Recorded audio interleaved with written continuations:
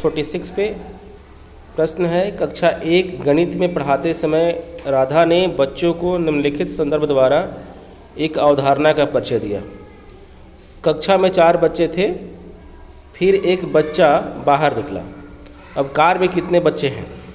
उपर्युक्त संदर्भ में निम्नलिखित में से कौन सा कथन सही है? ठीक है, तो प्रश्न है कि 4 बच्चा था, एक बच्चा निकल गया, तो ऑब्वियस है कि ये घटाव का प्रश्न है। तो बच्चे समवर्धन के रूप में योग की समझ विकसित करेंगे? नहीं, बिल्कुल नहीं। बच्चे समुच्चय के रूप में जोड़ का विकसित करेंगे? नहीं। बच्चे न्यून के रूप में घटाव की समझ का विकसित करेंगे? बिल्कुल सही बात है। आंसर क्या हो जाएगा? 3rd। नेक्स्ट क्वेश्चन नंबर 47, प्राथमिक स्तर पर गणित में रचनात्मक मूल्यांकन में शामिल है। क्या शामिल है? गणित में समान त्रुटियों को पहचानना, दूसरा गणित अधिगम में कमियां पहचानना, और शिक्षा शास्त्र में सुधार करना है। यही होगा फॉर्मेटिव असेसमेंट में, यही शामिल होता है कि बच्चों को जहां कमियां हैं उसको पहचानिए और उसमें क्या करिए, रेमेडीज दीजिए, उसको सुधार कीजिए। आंसर क्या हो जाएगा? 2nd। क्वेश्चन नंबर 48, निम्नलिखित में से कौन सा गणित के लिए निगमनात्मक विधि का लक्षण नहीं है? ठीक है, आगमनात्मक और निगमनात्मक, इंडक्टिव और डिडक्टिव बताया गया है। तो ये बोला है कि निगमनात्मक विधि का लक्षण नहीं है, डिडक्टिव का सिम्टम नहीं है। पहला, यह विधि छात्रों और शिक्षकों दोनों का समय और शक्ति को बताता है। बिल्कुल सही बात है। यह समय और शक्ति दोनों को बताता है, तो बिल्कुल सही है ये। यह तथ्यों और सूत्रों को स्मरण करने में बढ़ा देता है। बिल्कुल सही बात है। इस विधि में अधिगमकर्ता सामान्य से विशिष्ट की ओर जाता है। बिल्कुल सही बात है, लिखवाया हुआ है। इस विधि में अधिगमकर्ता नियमों सूत्रों को खोजता है और सामान्यीकरण करता है। बिल्कुल नहीं। क्या आंसर हो जाएगा? ऑप्शन नंबर 4th, ये आगमन का विधि है। क्वेश्चन नंबर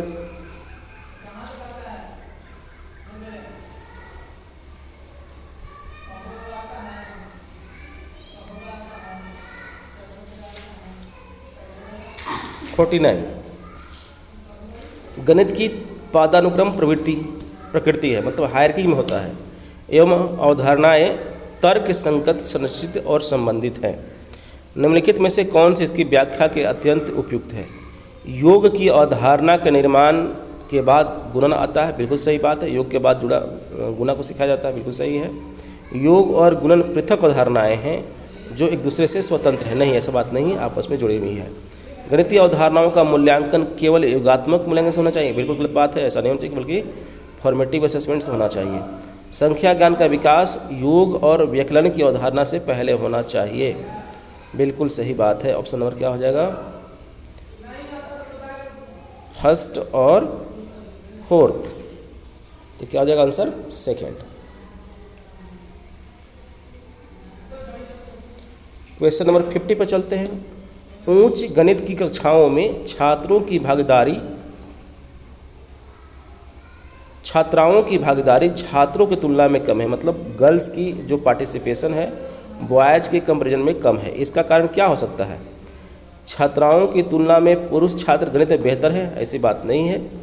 गणित एक बहुत ही कठिन विषय है? बिल्कुल गलत बात है, ऐसा है नहीं। ये डिपेंड करता है सामाजिक और शिक्षकों की अपेक्षाएं जेंडर पर आधारित है। बिल्कुल सही बात है, क्योंकि जेंडर के द्वारा हम लोग चीज़ों को समझने की कोशिश करते हैं या जानते हैं, ज़्यादा जेंडर बायस्ड हो जाते हैं। इस आंसर का जो है केवल सी। तीसरा क्वेश्चन नंबर 51, निम्नलिखित में से कौन से उपकरण अधिगम की कठिनाई की विशिष्ट प्रकृति के निदान में सहायक नहीं है? कक्षा का अवलोकन, मौखिक प्रतिक्रियाओं का विश्लेषण, छात्रों का लिखित कार्य, संचयी और उपक्रियात्मक रिकॉर्ड, या योग्यता परीक्षण। ठीक है, कौन से उपकरण अधिगम की कठिनाई में कि विशिष्ट प्रकृति में निदान में सहायक नहीं है? कक्षा का अवलोकन, दूसरा मौखिक प्रतिक्रियाओं का, बिल्कुल सही बात है। छात्रों का लिखित कार्य इसे भी कर सकते हैं बच्चों को, संचयी और उपक्रियात्मक रिकॉर्ड से भी कर सकते हैं। योग्यता परीक्षण द्वारा किसी बच्चों का कठिनाई की हम क्या करते हैं? निदान नहीं करते हैं, बल्कि जानने की कोशिश करते हैं। आंसर क्या हो जाएगा? आंसर हो जाएगा 4। Question number 52,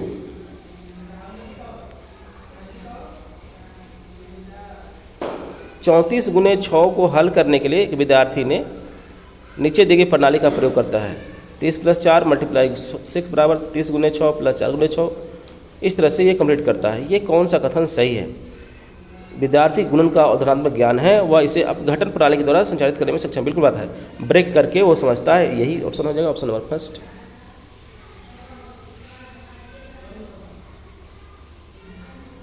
next question number 53, निम्नलिखित में से कौन सा कौशल गणित में आकार, दिक् स्थान और माप के शिक्षण से जुड़े हुए हैं? ठीक है, आकार, दिक् स्थान। Which of the following skills are associated with shapes, space and measures in mathematics? समित रेखा, समितियाँ खोजना एवं सौंदर्य शास्त्रीय भाव का प्रभाव। बिल्कुल सही बात है कि इसमें हम दिशाओं को जान पाते हैं, आकार को जान पाते हैं समित में। सही है। सांख्यिकीकरण यानी अंकों की अवधारणाओं जैसे क्षेत्रफल, परिमाप आदि को जोड़ना। बिल्कुल सही बात है। क्षेत्रफल द्वारा हम स्थान को जान पाते हैं, आकार को जान पाते हैं, परिमाप द्वारा हम निकाल पाते हैं। ये भी सही है। शिक्षार्थियों में प्रारंभिक अंकन को बढ़ावा देना, नहीं, ऐसा बात नहीं। केवल विज्ञान के साथ गणित को संकलित करना, नहीं। ऑप्शन नंबर फर्स्ट और सेकंड क्या हो जाएगा? दूसरा। नेक्स्ट क्वेश्चन नंबर 54, सुक्ति, गणित अधिगम का प्रारंभ घर से होता है। बिल्कुल बात सही है। इसका अर्थ क्या है? घर और वातावरण में प्रचुरता में संसाधन उपलब्ध होते हैं जिनका उपयोग गणित के अधिगम में प्रभावी ढंग से किया जा सकता है। बिल्कुल सही बात है। घर में बहुत सारे और इन्वायरमेंट में बहुत सारे हमारे टीले में अवेलेबल होते हैं जिसका उपयोग करते हुए बच्चों को गणित हम सिखा सकते हैं। यही आंसर हो जाएगा सेकंड। क्वेश्चन नंबर 55, जब बच्चों को शाब्दिक प्रश्न हल करने के लिए दिया जाता है तब बहुधा वे टिप्पणी करते हैं। यदि आप मुझको बताओगे कौन सी संक्रिया करनी है तो मैं हल कर दूंगा। यानी बहुत सारे प्रश्न ऐसे बच्चे बोलते हैं कि अच्छा बताइए क्या करना है, जोड़ना है या घटाना है, उसको जोड़ देते हैं, लेकिन शब्दों को पहचान नहीं पाते। इसका क्या कारण हो सकता है? बच्चे शाब्दिक प्रश्नों को पसंद नहीं करते, बिल्कुल ऐसा बात नहीं है। शाब्दिक प्रश्नों के प्रति छात्रों की दुर्भीति है, ऐसा बात नहीं है। बच्चों में परिज्ञान कौशल की, बिल्कुल सही बात है कि बच्चे उसको समझ नहीं पाते हैं जो शब्द लिखे होते हैं क्वेश्चन को, इसलिए परिज्ञान कौशल की कमी होती है। आंसर क्या हो जाएगा? थर्ड। नेक्स्ट क्वेश्चन नंबर 56, प्राथमिक कक्षा में ज्यामिति की नियमित आकृति पढ़ाने के लिए अध्यापक ने क्रियाकलापों का एक निश्चित क्रम तैयार किया। उन्हें एक यादृच्छिक क्रम में व्यवस्थित किया जाना है। ठीक है, तो कैसे कीजिएगा? ठीक है, तो जानते हैं कि कैसे सजाइएगा उनको। तो सबसे पहले क्या है, छात्रों को भिन्न आकृतियों के कटे हुए कटआउट दिए जाएंगे। उन्हें कहा जाए कि वे इसके एक समान की सदृश वस्तुओं को अपने आसपास में पहचानें। उसके बाद बी हो जाएगा, अपने आसपास की द्विआयामी वाले वस्तुओं को चित्रित करेंगे। उसके बाद हो जाएगा, छात्र भिन्न आकृतियों के विशिष्ट लक्षणों को खोज करेंगे। उसके बाद डी हो जाएगा, छात्र आकृतियों को उनके लक्षणों और नामों के अनुसार वर्गीकृत करेंगे। Option number second. नेक्स्ट प्रश्न में चलते हैं। कक्षा 2 के छात्रों को संख्याओं का योग पढ़ाने के लिए अध्यापक ने एक क्रियाकलाप का आयोजन किया, एक्टिविटीज करवाए योग पढ़ाने के लिए, मतलब एडिशन पढ़ाने के लिए, जिसमें उसने रंगीन मोतियों का प्रयोग किया। यह क्रियाकलाप छात्रों में किसका विकास करने में सहायक होगा? अनुमान में। जब तक बच्चा को योग नहीं, आप संख्याओं को नहीं रह पाएगा तो कैसे अनुमान लगा पाएगा? मानस दर्शन, दृश्यकरण, निरूपण। बिल्कुल सही बात है। दृश्यकरण यानी कि दृश्यकरण देखेगा चीज़ों को और जोड़ने की कोशिश करेगा और उसको रिप्रेजेंट करेगा। ऑप्शन नंबर बी और सी। नेक्स्ट क्वेश्चन नंबर 58, एक घटाव के प्रश्न 83 - 56 का कुछ प्रश्नों ने उत्तर दिया, कुछ छात्रों ने उत्तर दिया 33। छात्रों द्वारा की गई इस अशुद्धि को संशोधित करने के लिए अत्यधिक उपयुक्त कौन सी नीति है? अभ्यास के लिए इसके प्रश्न दे दें, बिल्कुल गलत बात है। छात्रों को कहें कि वे समस्या को एक बार दोबारा हल करें, गलत बात है। उन्हें एक अंक वाली संख्या का उदाहरण देंगे, ये भी गलत बात है। संख्याओं के पुनर्समूह के रीअरेंजमेंट को जान नहीं पाया, रीग्रुपिंग को समझ नहीं पा रहा है, इस कारण से उसमें स्थानीय मान की अवधारणा का विचार करना पड़ेगा। आंसर क्या हो जाएगा? 4। नेक्स्ट क्वेश्चन नंबर 59, कक्षा 1 के प्रकरण टॉपिक भिन्न पदार्थों से के मापों की तुलना का परिचय देने के लिए निम्नलिखित में से कौन सा अत्यधिक उपयुक्त है? पदार्थों अलग अलग पदार्थों का अवलोकन करें और तुलना करें, बिल्कुल सही बात है, मापो तुलना करना है। अमानक इकाइयों का प्रयोग से मापो और तुलना करो, ऐसा बात नहीं कर सकते। मानक इकाइयों का प्रयोग से मापो और तुलना करो, मानक इकाइयाँ से भी कर सकते हैं आप।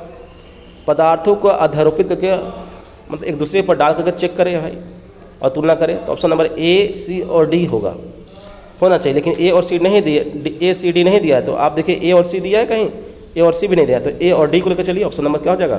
4। क्वेश्चन नंबर 60, निम्नलिखित में से कौन सा सही है? प्राथमिक कक्षा के छात्रों में मानसिक परिकलन कौशल के विकास को प्रोत्साहन देना चाहिए, बिल्कुल सही बात है, मेंटल को कराइए। केवल ड्रिल और प्रैक्टिस द्वारा मानसिक परिकलन कौशल का नहीं, ऐसा बात नहीं है, ये बिहेवियरिस्टिक है, गलत बात है।